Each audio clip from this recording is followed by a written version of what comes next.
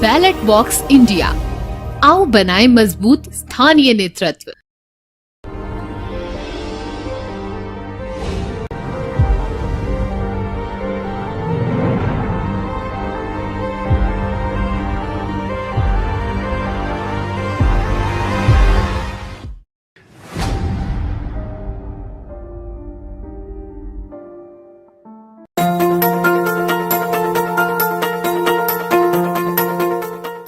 Local के लिए vocal बने। नव प्रवर्तक पोर्टल्स भारतीय इंजीनियरिंग द्वारा स्वदेश में ही निर्मित एवं संचालित हैं। आज ही अपना खुद का पोर्टल बुक करें।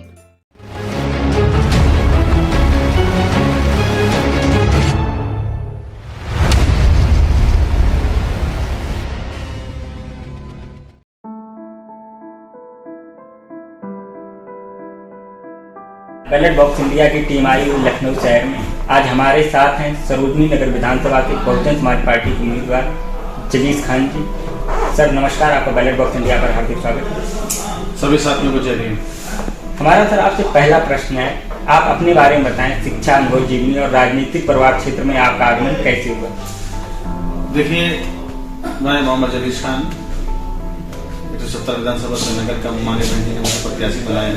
जो सियासी अनुभव की बात आप कर रहे हैं, हमारे फैमिली में भी, हमारे फैमिली के मेंबरों में भी मेरे का चुनाव लड़ा है।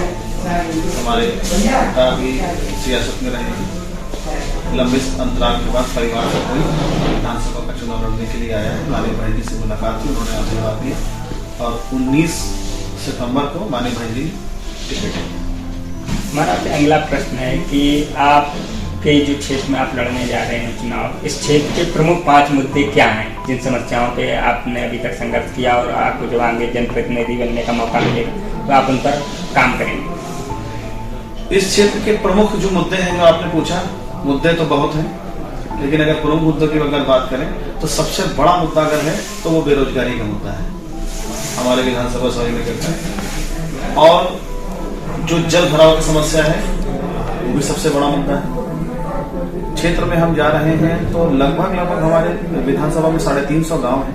350 गांव में 100 गांव ऐसे हैं जहां पे मैंने देखा, मतलब गरीबी का आलम तो इस तरह का है कि सिर्फ एक दीवार है और उस पर टीन सेट रखा हुआ है और उसी में 2 बच्चों के साथ एक माँ रह रही है। मतलब आंखों में आंसू आ गए।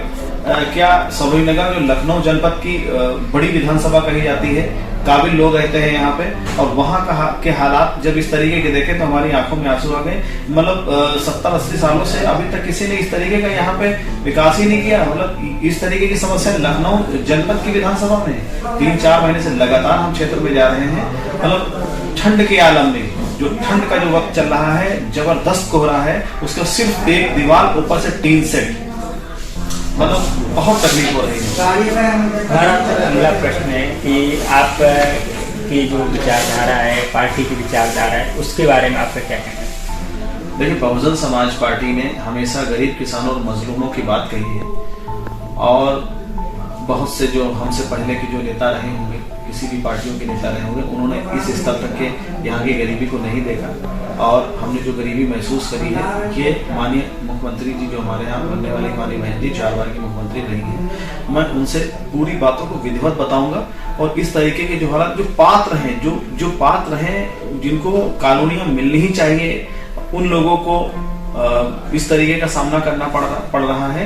ये बहुत ही दुर्भाग्य है विधानसभा सरोजनी नगर के लिए। और मैं पूरा प्रयास करूंगा कि इन समस्याओं को मैं उठाऊं, विधानसभा में उठाऊं और अपने क्षेत्र में ब्लॉक में भी समस्याओं को उठाऊं। कॉलोनियां उन लोगों को दिलाई जाए, उन लोगों को रहने के लिए कम से कम एक कमरा तो अच्छा सा मिले। बहुत तकलीफ में है सब लोग।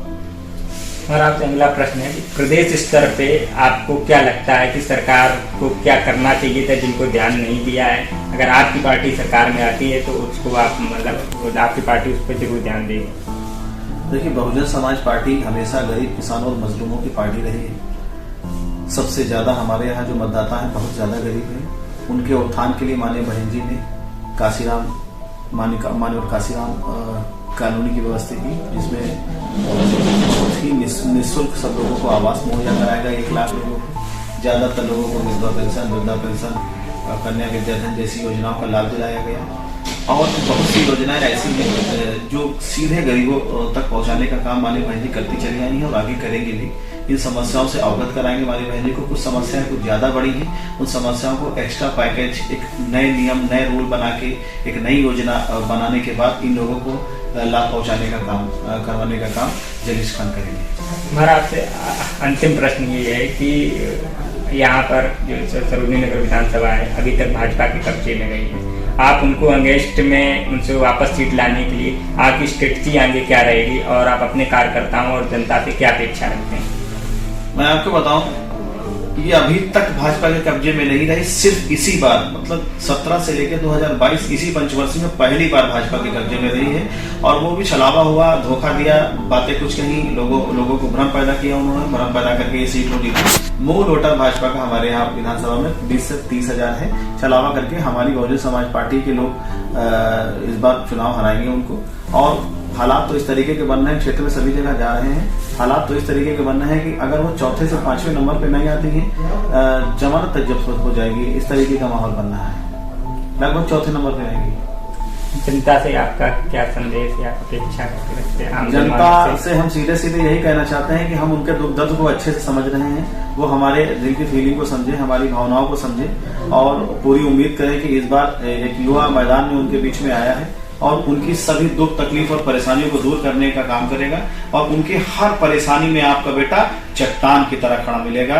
जब भी वो याद करेंगे, चाहे वो हमारे यहाँ आए, चाहे हम उनके यहाँ पहुंचे, लेकिन दुख और तकलीफों में हमेशा उनके बीच में उनका बेटा मिलेगा। हमने लंबे समय से विधानसभा सरोजनी नगर में काम किया है, हर क्षेत्र से रूबरू है। यहाँ की जो बड़ी बड़ी समस्याएं हैं, चाहे रामचौरा की समस्या हो, चाहे हमारे यहाँ अलीनगर सुनहरा की समस्या हो, चाहे अमावा की समस्या हो, समस्या गुनौली की हो, समस्या हमारे यहाँ कली पूरब कली पश्चिम की हो, नीलमथा की हो, बड़े बड़े जो क्षेत्र हैं यहाँ पे जल भराव की समस्या, वहाँ पे रोडों की निर्माण की समस्या, जिन भी समस्याओं की जरूरतें वहाँ पे जहाँ समस्याएं हैं उनको निवारण करने की जो जरूरतें होंगी वो पूरा करने का काम जलीस खान करेंगे। और आपके बीच में आपका बेटा आया है, पहली बार आपके बीच में आया है, आपके आशीर्वाद हम लोगों को चाहिए। हम और खासकर युवा वर्ग जितना है, क्योंकि युवा वर्ग एक अच्छी सोच रखता है, क्षेत्र में जितनी भी समस्याएं उनको अवगत रहता है, वो अवगत कराने का काम करेगा। बुजुर्गों और माताओं बहनों का भी आशीर्वाद चाहिए। सभी के आशीर्वाद से इस बार 2022 का जो चुनाव है बहुजन समाज पार्टी सरोजनी नगर जीतेगी और लंबे अंतर से चुनाव जीतेगी। यही कामना करेंगे अपने आवाम से। बहुत बहुत धन्यवाद। आगे के लिए आपको